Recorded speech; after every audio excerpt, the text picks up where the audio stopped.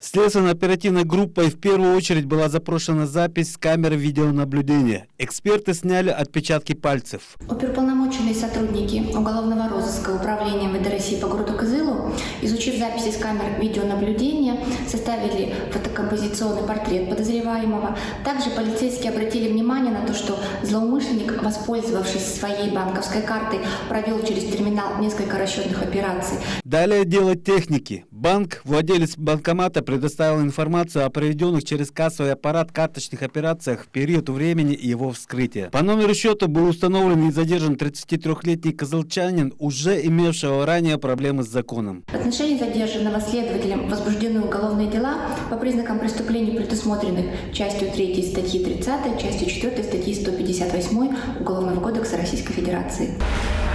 На допросе мужчина сознался в содеянном и признался, не ожидал, что его так быстро найдут. Он не учел, что на дворе 21 век и везде, где производятся денежные операции, буквально напичкано камерами видеонаблюдения. В настоящее время подозреваемый помещен в изолятор временного содержания. Решается вопрос об избрании меры пресечения. Расследование уголовного дела продолжается. Сайгын Бербю, Буян Мамгуш, Кузел Сарксерен, Това 24.